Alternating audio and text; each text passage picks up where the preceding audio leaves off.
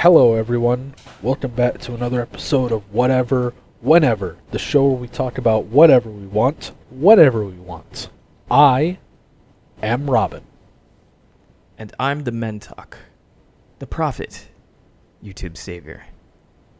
And we are back from our brief little hiatus where we both got sick.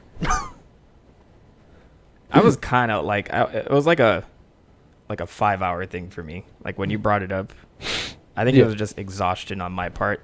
Okay, yeah. Thankfully.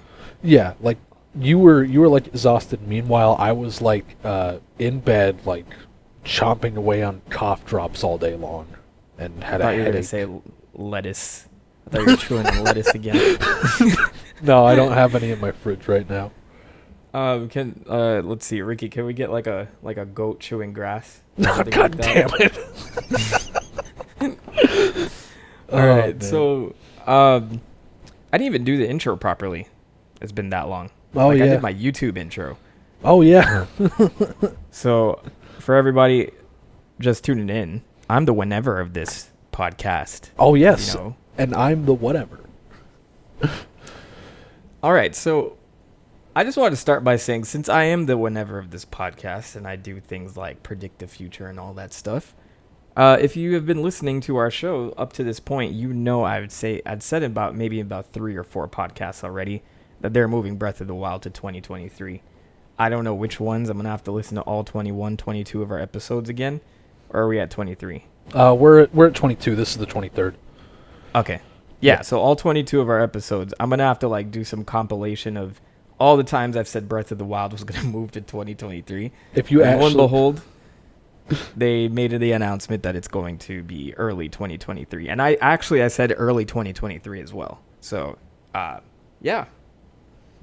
Yeah, if you actually do comb through the footage and make a compilation out of it and then end it with Robin is wrong, he sucks, I'll put it on the channel without even having do anything.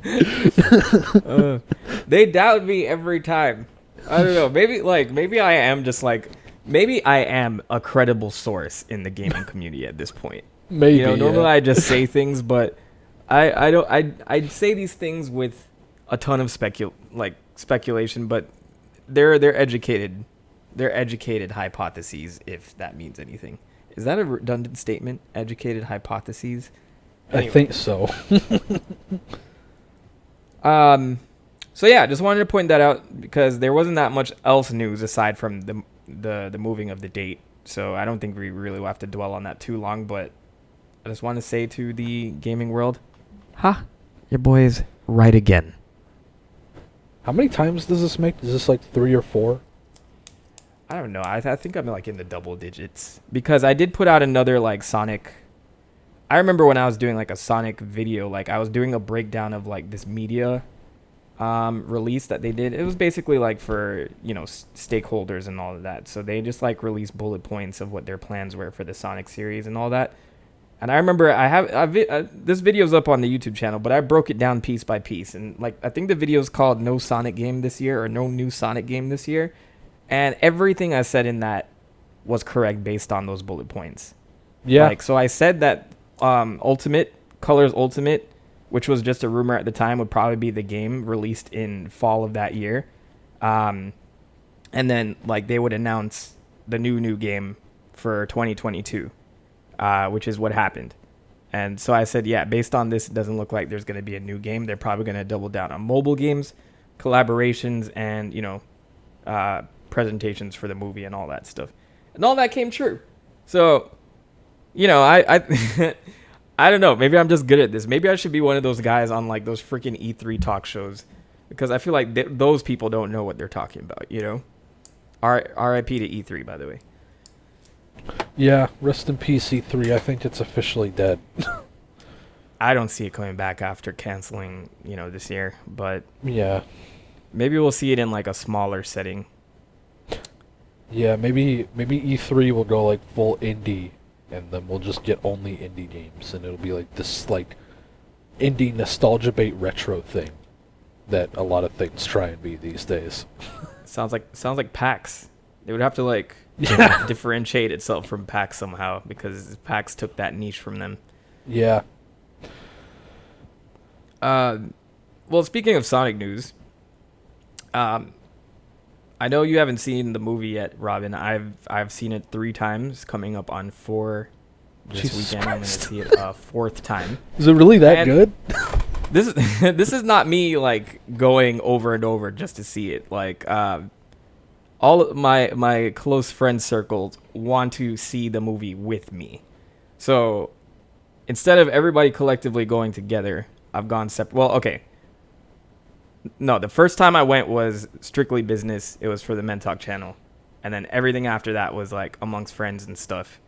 And so this 4th time is more than likely going to be the last time while it's in theaters. Yeah. But I've given this movie like enough money for probably like, a whole family. So. Yeah. Yeah. Well, I mean, it's the #1 movie in the world right now too. I saw that coming too. Yeah. Like, I thought that it was going to be like the best, the highest grossing video game movie up to this point. I said there was no reason why it couldn't be that. And it is. I think that like the COVID lockdowns kind of set the first movie back. I think that the first movie could have had a lot more sales, or it would have done a little bit better in the box office if, COVID wasn't leering over everybody's heads. And it killed them in the Chinese market. So I knew this time around, after the success of the first movie and seeing all the inclusions of Knuckles and all the marketing, that this one would knock it out the park. And I think as of right now, it's at $76 million. So Jesus. they are going to go well past breaking even on this movie. And yeah, I'm looking forward to seeing this like as like a substantial series, because this one was, I think, a little bit better than the first one, Okay. if that means anything. Yeah. Okay. So not to be like oh, I hope it fails kind of like person, because I hate it when people do that. But part of me is hoping that the Mario movie is the like cynical like cash grab joke that we all think it's gonna be, and that the Sonic movie Twitter just comes out and was like, and like compares the sales numbers, and it's just like, this is how you make a video game movie. Sega's still doing what Nintendo don't. Yep. So there are two, like, I'm not wishing for that Mario movie to fail. I just feel like everything leading up to it seems like a horrible idea. Yeah. But then again, like, the Sonic movie came out with that horrible design, and everyone's like, this is gonna be the worst movie ever. Yeah. And the actors are like, trust us, guys, like, we did a good job. Yeah. Okay. Like, this thing I will say about the Mario movie, like, I think I want them to just have Chris Pratt talk normally, and like not make a joke out of it, not like have him like speak like with an Italian accent and then like do the cough and then just be like, what was that?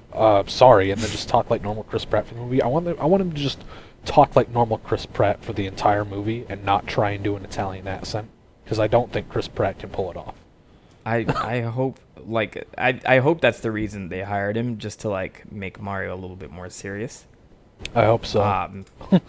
Because if he's trying to do the voice the whole time, I'm going to hate that movie. Yeah. A Same. lot. Same. A lot. But I think they're trying to take like a more serious approach to it. And when I say serious, I don't mean like, brooding and all Like that stuff. brooding. I just mean like, we're not gonna have like Mario with like a gun and shooting up like people in the streets, Right. Sin City style. It's all black and white and red like Sin City. I just think that they didn't have a vision of Mario having the accent the whole time. Which, if that were the case, like, you would have to have him talk limited. Like, he had to have limited speech, and then the characters around him would have to be important, and I guess they didn't want to write it that way. Yeah. So it makes sense that they did pick someone to, like, come out with, like, a different... It's just weird, Like, I'm going to have to get used to that, Yeah, it is weird. It is something that we're gonna have to get used to. But like, yeah. So yeah, I mean, congrats to everybody that worked on the Sonic movie. Jeff Fowler, I think, is like super passionate about this project. He seems to have nailed the essence of the Sonic games and brought it to life in the movies. And I like the little hybrid that we have right now where it's, without spoiling anything, I'm not going to say any spoilers, just for the audience. But I do like this hybrid, like, game mixed with, like, our regular Earth type thing that they have going on to create this totally separate universe from everything else that we know, but at the same time it feels very familiar. Like, I can get on board with that because now you can tell the story however you want without restrictions. I'll wait till you see the movie, Robin, but I feel like Sega probably put like a few types of restrictions in there. Yeah. Based on like the origins of the characters and all that, because I went in there with like my pen and pad ready to like do all of these updates for my videos, but there's not really much to say, to be honest, based off of what I've already said. Like, I can do a recap of like Sonic, for instance. I know a little bit more about him, but not as much as I thought I would get. Yeah. Similarly with Knuckles and Tails. Yeah. The only thing that like I really know about the movie is that Gunn is in it. Like, you know, aside from like just like everything that like we know from the trailers, I know that like Gunn is in it, and they have some kind of a force in the story, and then there's also apparently the ruins are related to like Babylon, which is like the group, the like Babylon Roads that Sonic Riders is a part of. Mm-hmm. The director said that like the architecture is like specifically like related to the Babylon Roads in some way, which is interesting. I don't know if that'll ever have a payoff or if it was just something he said. Yeah. So, yeah. I think that's just kind of like, you can set the stage for whatever, like, going forward, depending how far you decide to take it, you know? Yeah. It's just very, like, I don't know how many movies you can come out with before you start to, like, see that success kind of wane. Yeah. Well, I mean, they are doing like a spin-off miniseries, right? Like starring Knuckles. Yeah. With Knuckles. And it's just like TV doesn't have the same budget, and already I feel like, I mean, maybe it's different now that we have streaming services, because there's, you know, all this Disney Plus stuff that's out right now, and I heard Paramount Plus is doing pretty well. Yeah. Even though there's nothing on there that I'm really interested in, but when the Knuckles series drops, I'll definitely watch it. I have to watch it for, you know, if I'm going to keep up with my content and all that. But yeah. You know, I'm interested to see where this goes. It's kind of cool that Idris decided to do that series in the first place.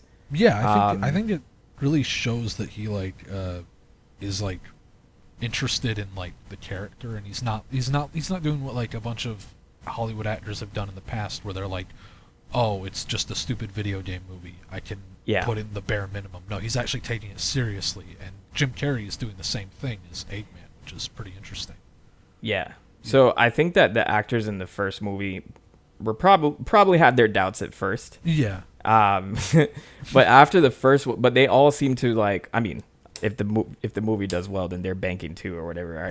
I don't know. So that means more contracts for them. But at the end of the day, I think that these actors have found that role that they want to play and stuff like that. And you know, even like down to the character the actor that plays Agent Stone, just very passionate people on Twitter, and just like, you know, I think that's written in their contract. So I'm not drinking all the Kool-Aid when I say that, but you can tell that they really enjoy it, like just on their performances and all that.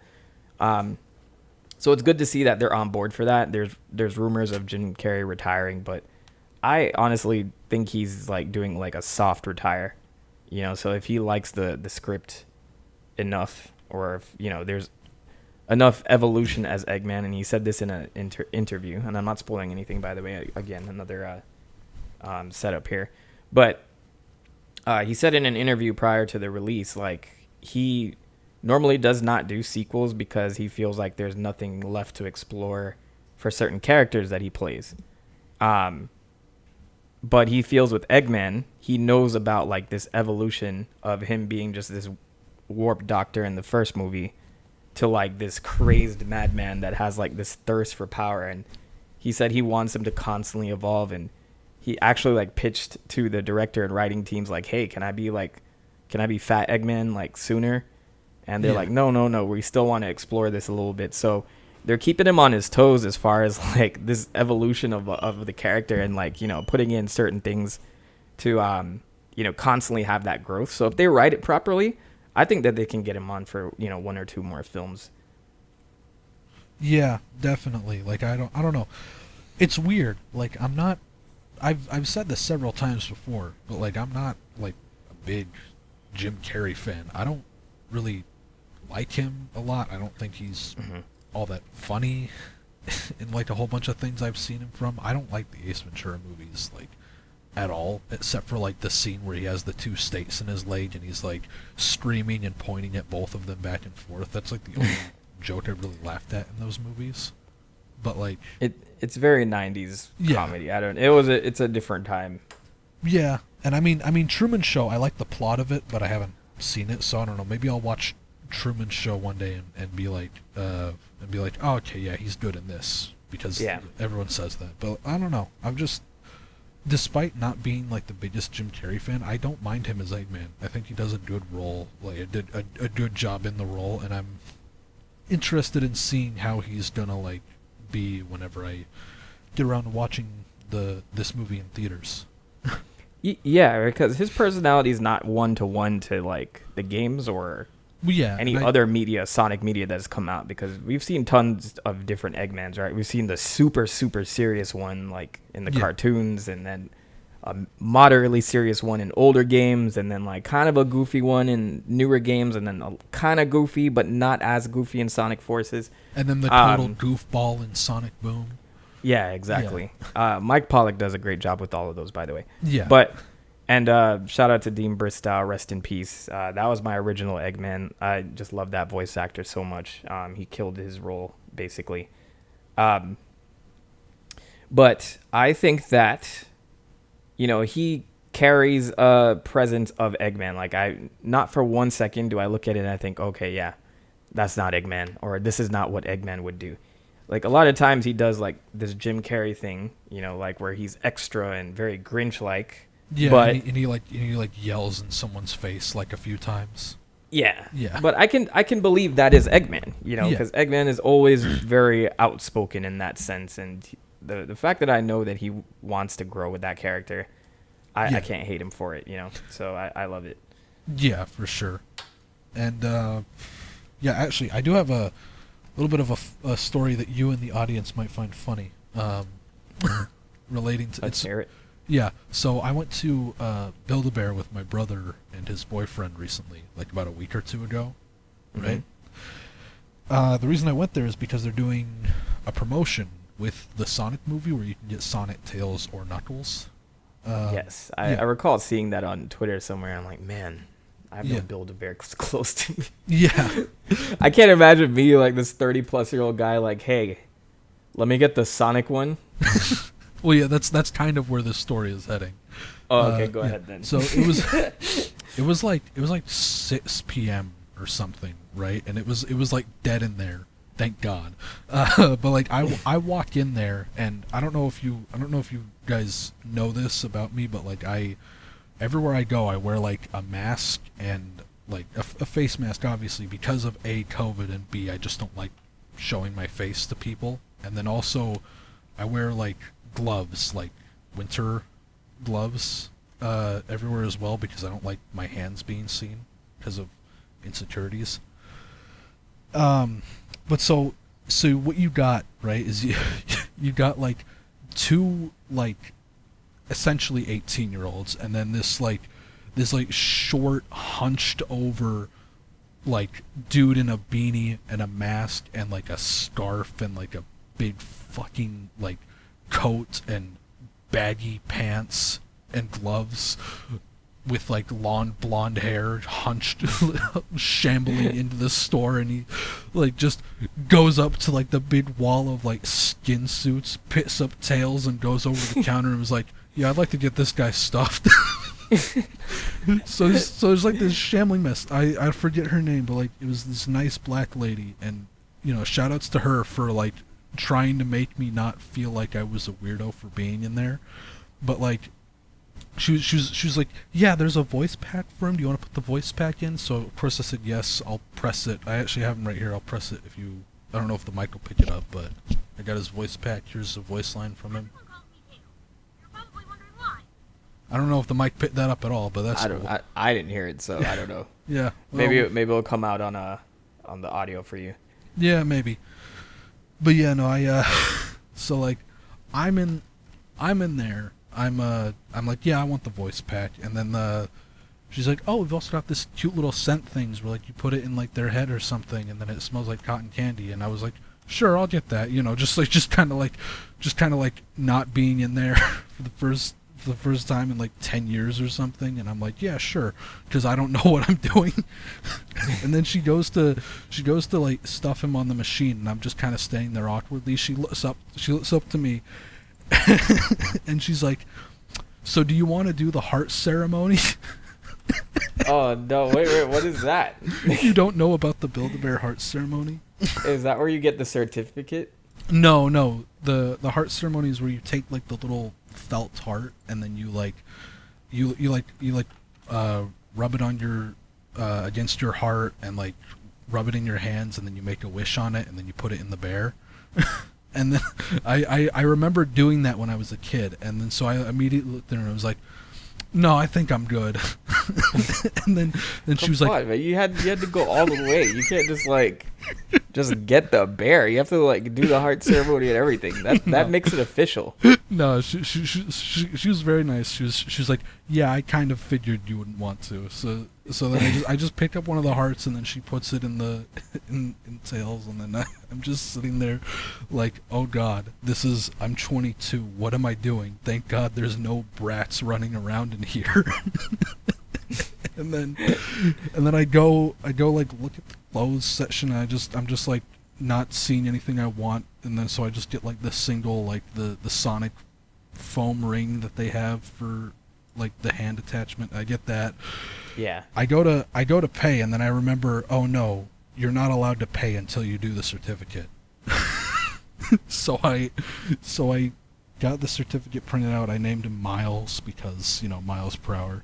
And so I paid for it. Same woman checked me out. She was very nice. I got the hell out of there. And then I had to lug around this like Build-A-Bear box for like an hour around the mall as we went to other stores and checked them out. So wait, was it just you in there, or you said your brother was in there too? Oh yeah, no, my brother and his boyfriend were there too, and they wouldn't stop teasing me. Oh, okay. You just gotta own it, man. You just gotta own it. I know you gotta own it, but it was just, I don't know. I felt so embarrassed just being 22, walking around there. I can't imagine what it would be like for you to be in there. As you get older, you care less about that type of shit. Yeah, that's. So I'm not to knock you. I just feel like if I really wanted to go to Build-A-Bear, it's just like I don't care for it that much, Like I love Sonic gear and stuff like that. But if I was walking around in the mall, I'm like, oh look, a Build-A-Bear. Like honestly, I'd probably do the heart ceremony and everything. In fact, I'd probably own it a step further and film that shit so that all of my fans could see. And then just like, I don't want to call it fans. Let me say subscribers, because fans make it sound like these people are obsessed with me. Yeah, like, my subscribers, I would definitely post that for them to see. But yeah, like as you get older, man, like certain things you just wear on your sleeve. Yeah, that's fair. I don't know. Maybe like it was just the fact that there were people with me. I'm sure that if I was alone there, it would probably be like somehow more awkward, but I don't think I would be like as embarrassed. Yeah, especially when you're with people. Yeah. Shut up, brother and boyfriend. I'm getting this done. Yes. Shut up, boyfriend, and my boyfriend's or my brother's boyfriend. Fuck. Words. I'm not in a relationship. My brother is. Yeah. So, that's a whole thing. Anyways, point is, I got Tails, and he's pretty cool. I like him. Yeah, you posted pictures in the Discord, and you got that little energy drink too. Yeah, I got the little Sonic energy drink. I washed out the can and put it on my shelf. It's Sonic the Hedgehog Speed, and it's just blue raspberry flavored. That's such an odd, like, That's such an odd drink because I've never seen it in the stores or like advertised anywhere. But like if I went to like some arcade, local arcade, it's in the like the fridge and stuff. I wonder how you just go about ordering that wholesale or whatever. I think it's like a specialized thing. Like you have to go to the website and order it, and like that's what a bunch of like local game stores and stuff will do is they'll just order that. You know. Honestly, it just tastes like repackaged Red Bull. But that's, I don't know. That's how I haven't had that thing in years. But Ricky, put up the picture of the can so that everybody knows what we're talking about. Yeah. If you guys have seen that like at your local arcade or whatever, just I don't know, post some comments. Let me know what you think of it. Yeah. 'Cause honestly, like I drink a lot of caffeine during the days. Like I have to work a full time and then do YouTube stuff after that and like live personal life and all that. Not saying that I have it rough or anything, but like I get very sleepy, so I tend to have at least one like energy drink a day. So you figure like with me and my brand, I should have a fridge full of those things, and I don't. So maybe I should buy them wholesale as well. Yeah, maybe. That'd be good for like stream. You gotta go all out with the Sonic stuff. You gotta like buy the drinks. You gotta go to the manufacturer of the ice cream bars and stock your fridge full of them. Yo, somebody sent me a case of that. Oh, really? My friend actually sent me like a whole case of them, and I was gonna, I was gonna stream. Actually, I did eat one on stream. Yeah, but I remember I could not stop eating them. Like prior to the stream, I'm like, I'll just have one, and then it became two, and then it became three. I'm like, I need at least one left for this stream. Yeah. And I remember I only had like 3 left. And my other friend was like, hey, bro, save me one. Next time I come over, I'm going to eat one. I'm like, okay. And he took forever to come over. So by the time he got there, like, I already ate all of them. Like, I had that last one sitting in the freezer forever. And I think after like 2 weeks or so, it's fair game. So I ate every single one of those damn things. It's pricey because they ship it with dry ice and all that stuff. So yeah. Like I think the shipping costs more than the actual ice cream inside the cooler. So I mean, oh jeez. But go check those out. The Blue Bunny ice cream bars. I think there are rumors that it was discontinued, but I think that's a lie. I think you can find them. And I'm sure there are people who like stockpiled those anyway, even if they stopped creating them. So. Yeah, for sure. I don't know. I haven't had one of those in forever. I gotta try one sooner or later. And while we're still on the topic of Sonic, I heard that Sega actually like made an official collab with a game creator on Roblox, and like oh yeah, I saw that. I thought that was pretty cool because I think somebody actually sent me a video of that in like a stream like maybe last month or so. Like, oh, check out this really cool Sonic Roblox thing. Oh yeah, and I looked at it and I'm like, this is Roblox, and then lo and behold, they got like approved like officially by Sega. I love that they do that type of stuff. That just that's super cool. Yeah, I remember that. That was the one where like Matt and I were like in the call, and then he brought that up and then sent it to you, and then you were like blown away that it was all in Roblox. So it was Max. Okay. Yeah. Yeah. Yeah, I think they back those developers, which I think is cool for them to do. There's not really much for me to say about it, but like Sonic kind of runs around and collects crystals, and the more crystals he gets, the more experience he has. Yeah, and you get a certain amount of experience, you level up, and then he can move faster and stuff like that. So it's a little bit like Sonic Dash, but the environments are much larger. It's not like you're on rails or anything. Like you can actually move around and collect stuff, but I don't think there's anything more to it than that really. It's just kind of like how far can you run and how much things can you collect. It looks significantly better than Minecraft Sonic, I will say. I agree with that. This actually entices me to play the Minecraft Sonic. I'm like, oh cool, there's a Minecraft collab. I didn't know you could actually run around and all that stuff. Yeah. So I remember playing that on stream too, and it was garbage. Yeah, it was. It's really janky because it's like, it wasn't. Sonic's mechanics were not built for Minecraft. Also, like it was like first person at times.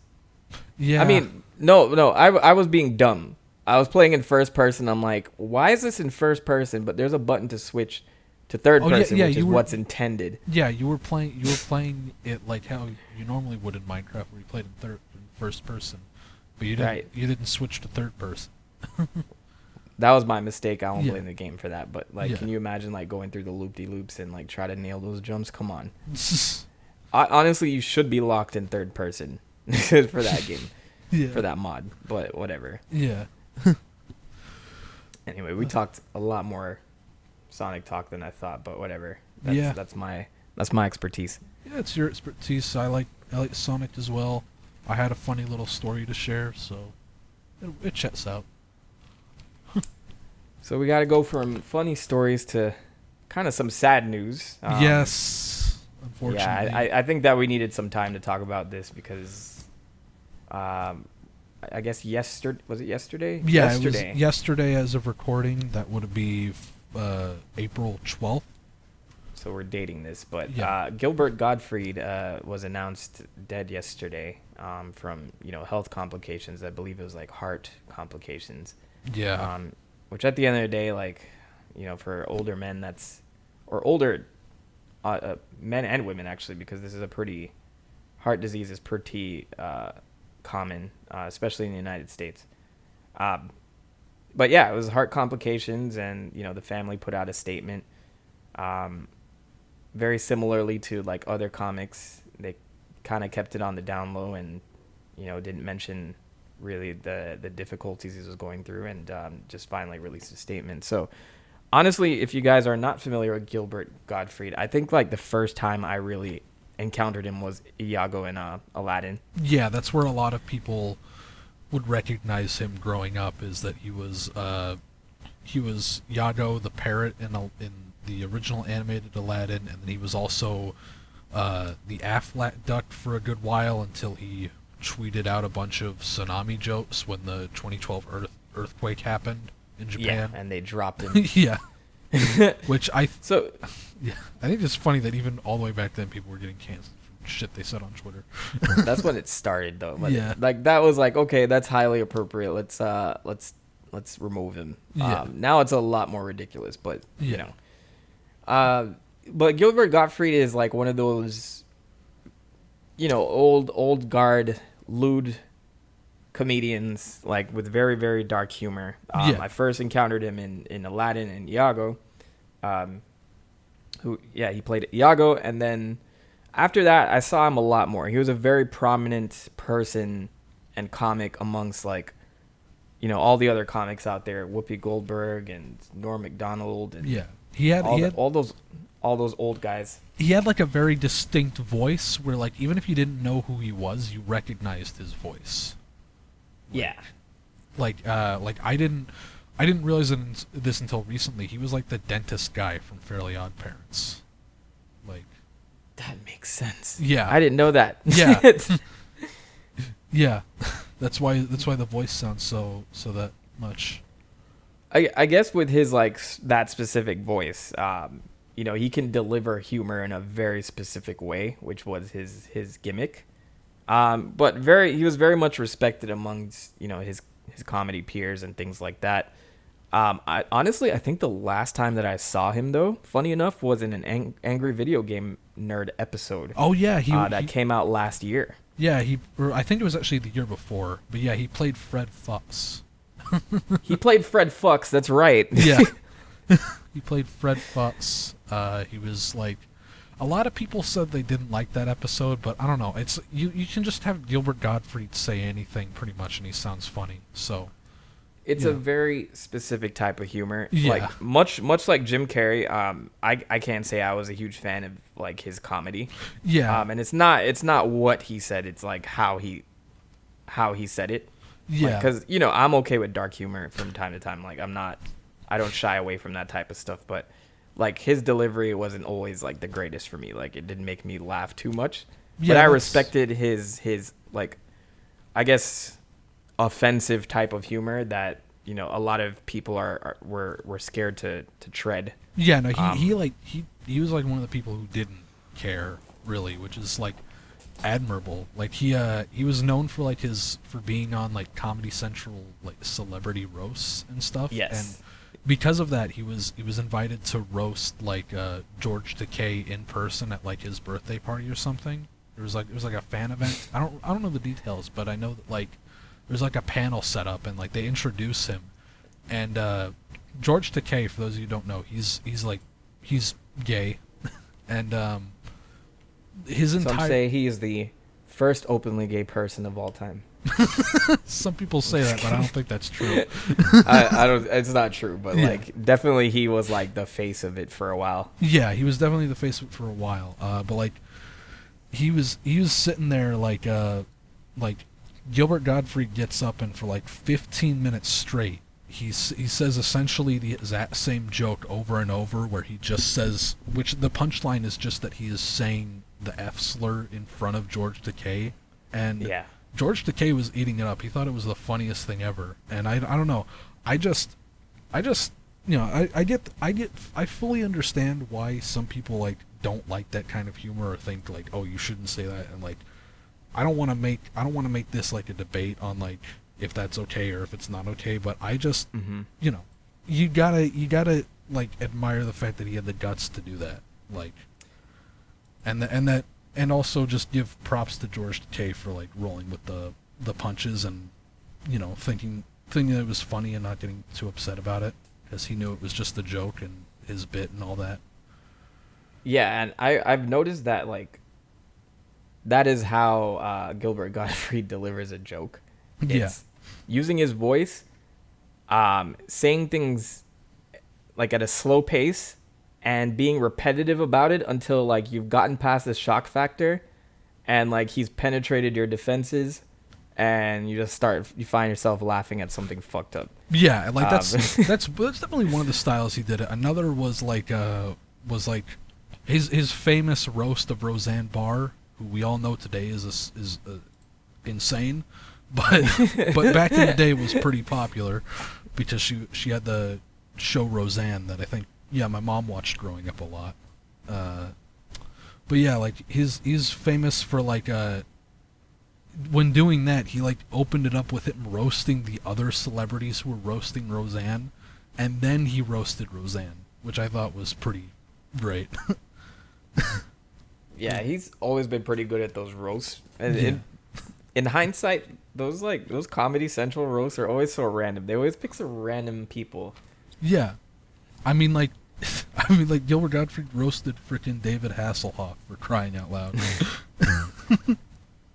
And so I guess go ahead. Sorry. Yeah. So and even his stand up, like I watched like because I had it recommended to me on YouTube like a few weeks ago. Actually, was like a really old like stand up he did in like the late '80s when he still had hair, which was so weird seeing him with hair.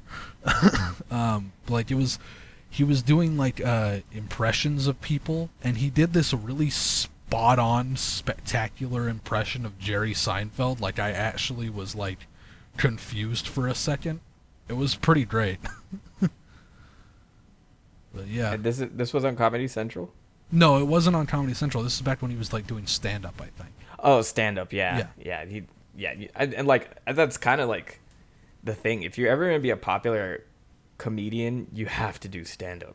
Like it's just essential. Like all the big people out there always do stand up. Yeah. So but yeah, like I wanted to relate that back to actually I'm not sure if we spoke about Bob Saget. But I don't know if we spoke about him. I don't remember us doing that, but I know that like the Bob Saget one is infamous because Gilbert Gottfried like infamously joked during his roast by like frequently repeating the phrase Bob Saget raped and killed a girl in 1990, and then he would immediately say that's not true, but then he'd keep saying it to make you think it was true. which is one of the funniest parts about that roast. You know, it's funny, like that clip was circulating after Bob Saget passed, and people were like, see, Hollywood knows something. They're really trying to like this this man was an awful person. No rest in peace for that guy. It was just Gilbert saying what he thought was funny. Yeah, I mean, I think honestly that's a bunch of younger people that don't understand the relationship between those comics and like how they fuck with each other.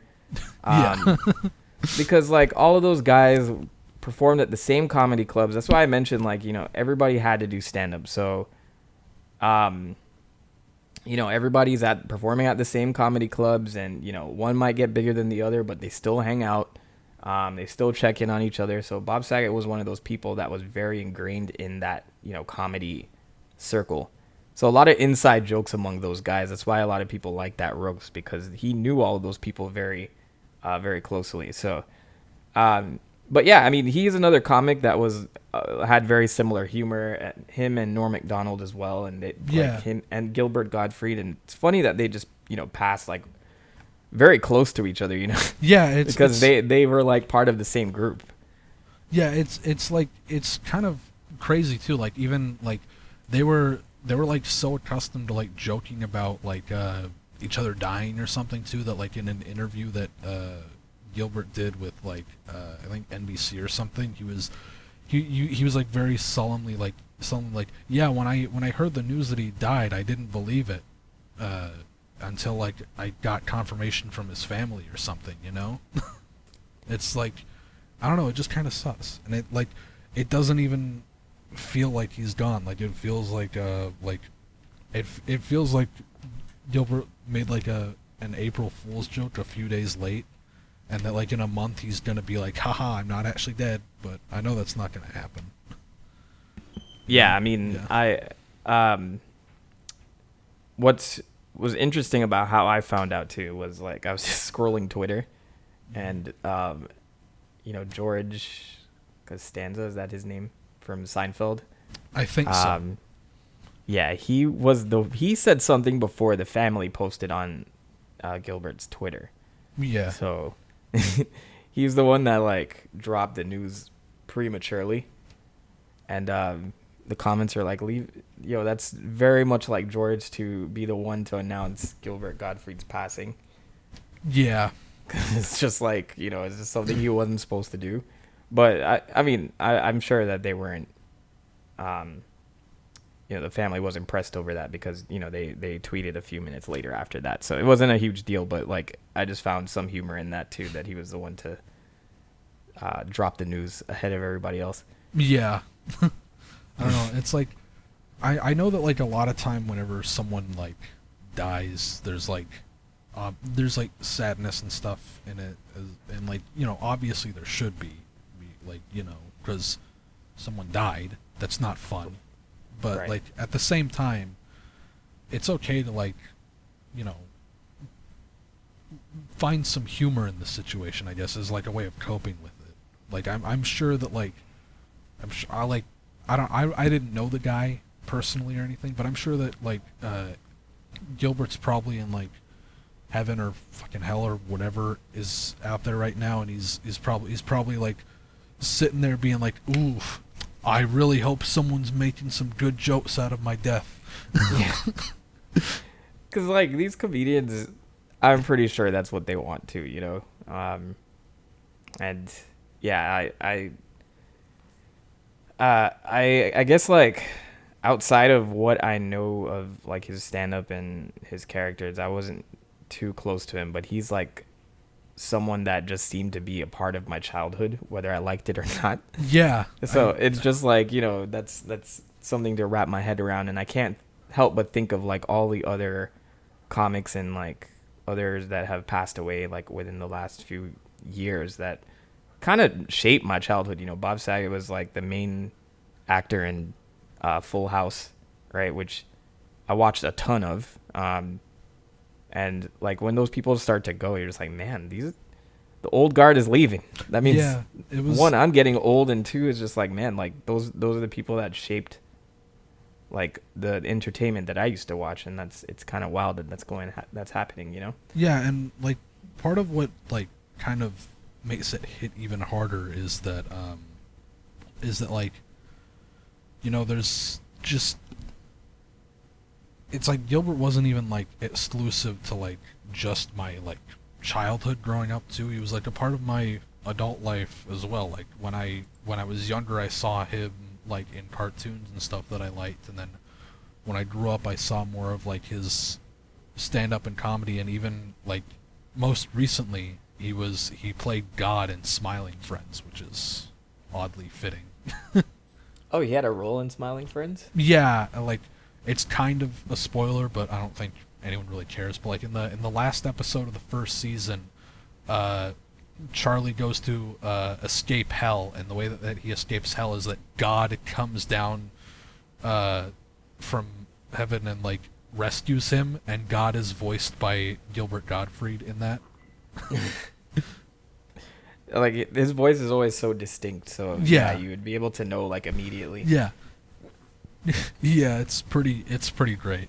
Like just the fact that like I don't know, it's oddly fitting that one of the last roles that Gilbert ever played was the role of God.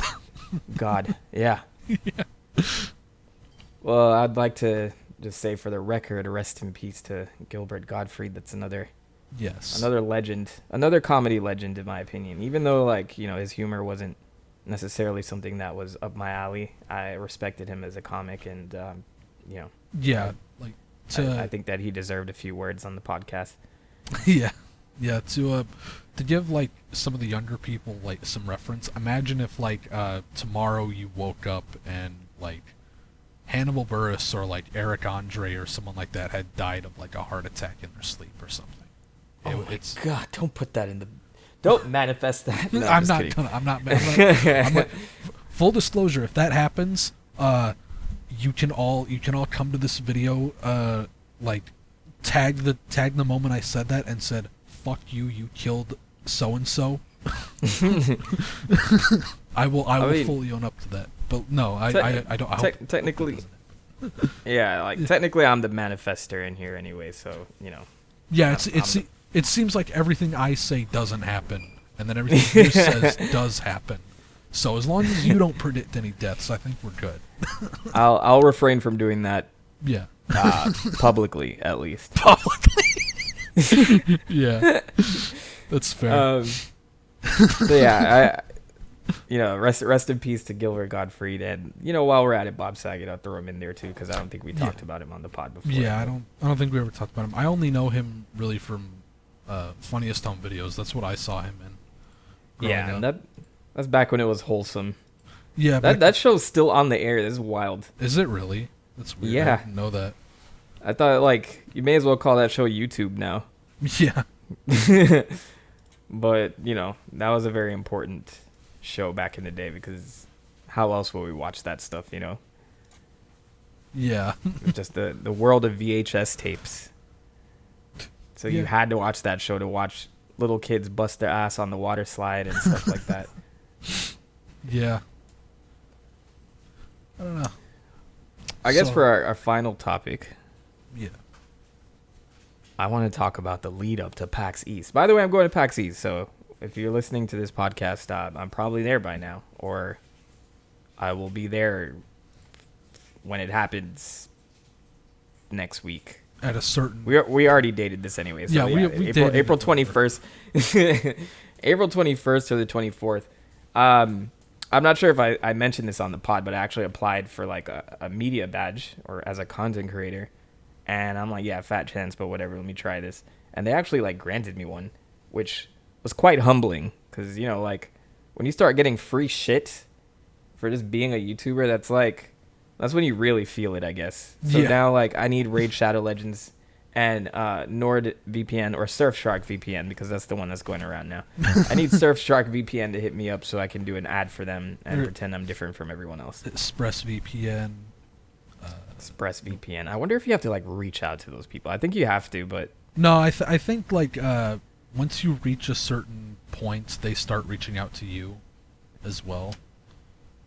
There's also like I don't know how it works. I'm just going based off of what I've heard from like other people who are more successful than I am. Well, I guess Give like me all your this money. PAX, Donate to my Ko-Fi, please. donate to his Ko-Fi and send me some super chats while you're at it, and Yeah. subscribe and like. Subscribe. Oh, and like this channel too. Yeah, subscribe to this channel. Subscribe to his channel. Subscribe to my channel. Subscribe to my nude rounds. You guys have a lot of homework to do, so get it done. Yeah, Ricky, put like, comment, and Do subspace. Do the subspace. Do the awful like animations that they have like on. Oh yeah, with the mouse moving up. Yeah, to like the with the button and mouse. clicking. Yeah, do that. Put that on screen. Do that. Put like 5 of them up at the same time. 5 of them all at once. Just like slightly overlapped. It needs to look like the madness of the multiverse in there with like a ton of like clicks. Yes.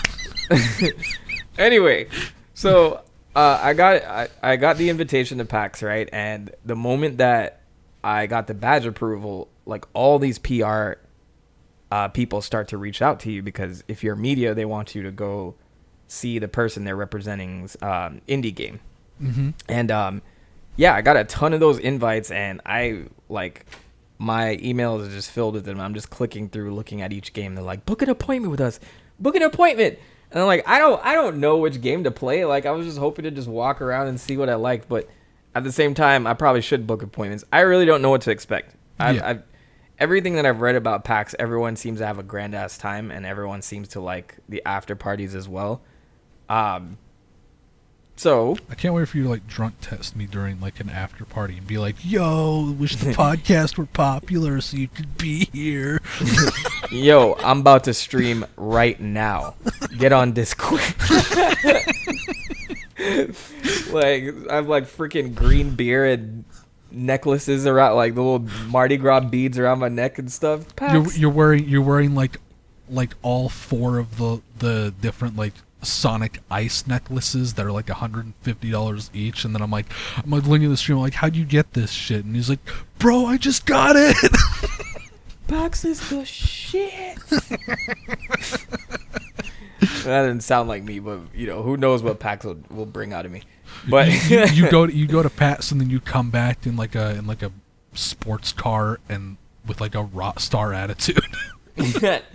Hey, so this video is brought to you by Surfshark. It's like, what? You got a sponsor? Yeah, I spoke to them at PAX. So here we go. But yeah, so I mean, I think the cool thing is I get to try all of these indie games. You never know what the next hit's gonna be. I get to go there with like just like this open mind. It's not like this huge Xbox, Sony, Nintendo. I get to play the new Mario game. Nintendo's greatest titles are here today. Metroid and all. Like, it's just literally a bunch of indie guys trying to get off the ground, and I respect that a lot. You know, like, and maybe that's why people tend to enjoy PAX a lot, because that energy is there. Like, I don't know, that's bright-eyed, bushy-tailed, for lack of a better expression, where all these guys are like ambitious and ready to go with like these titles. So I'm excited to see what's there. Man, like, I can get back into the indie scene a little bit by like playing some of these demos and all of that. Yeah, definitely. I don't know. I've always wanted to go to PAX, but like at the same time, it's like expensive. It is. Yeah. Quite so. Like a 4-day pass is like $200 something. If you want a day pass, it's like 60 something. And I would even go on to say that this year is a little bit cheaper because they're trying to bring everybody back from like, you know, all the pandemic stuff. So they've been canceled for the last 2 years. Yeah. So this would be the first one. I think they did one on the West Coast, but that was still around like the whole Omicron thing. So attendance is pretty low. So I think this one will be a little bit different, seeing as we are all acting like, you know, this thing is gone forever. Even though it's definitely not. It's definitely not. It's gonna. Well, I mean, I walk around with a mask too, Robin, just so you're aware, and I feel like I'm a crazy person, you know. So I do it more out of privacy, like how people in Japan do it, where like they just don't like showing their face and stuff in public, so they wear a mask. Well, yeah, there's that too. Yeah. I mean, honestly, people have been asking me a lot less, like, why I'm wearing one. Which, that was my only gripe, because I was walking around with one, like, during peak moments of this pandemic. Like, cases were, like, through the roof. And I went to, like, social events with a mask, and people would be like, why are you wearing one?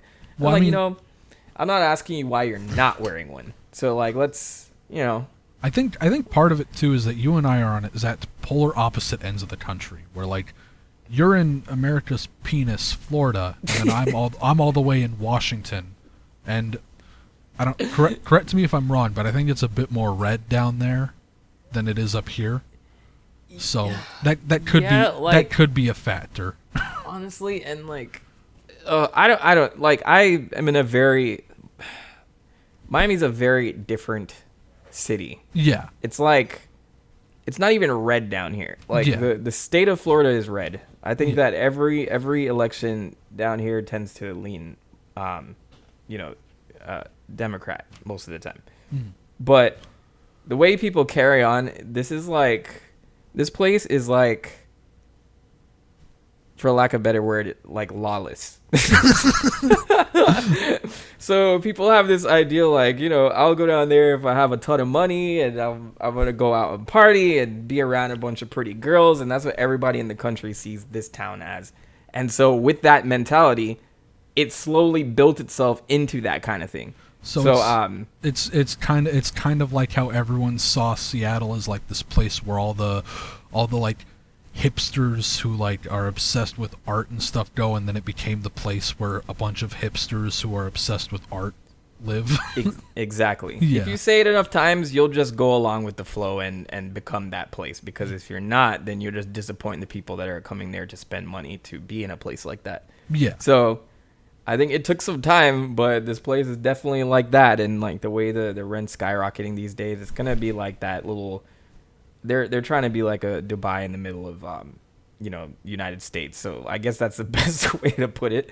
It's very different here. So it's not even like the red part of it. It's just people just don't care about anything. Yeah, that's fair.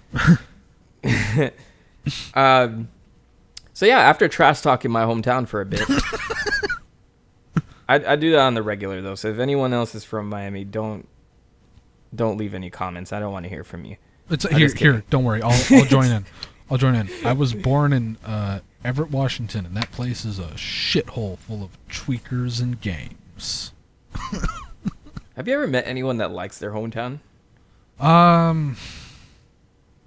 Maybe someone from like, well, no, not even the Midwest people like like their hometowns. So no, I don't think I have. I mean, I think Dorothy liked her hometown in The Wizard of Oz. There's no place like home. So. Well, yeah, I mean, but she's a fictional character. That's true. So yeah, they're full of shit. Yes. Somebody wrote that. Somebody made it up. No one likes their hometown unless they're drunk or something. I don't know. I think everybody needs to move at least once. Yeah, I agree. Move once in your life. If you're in the same town for your entire life, you're probably a miserable old person.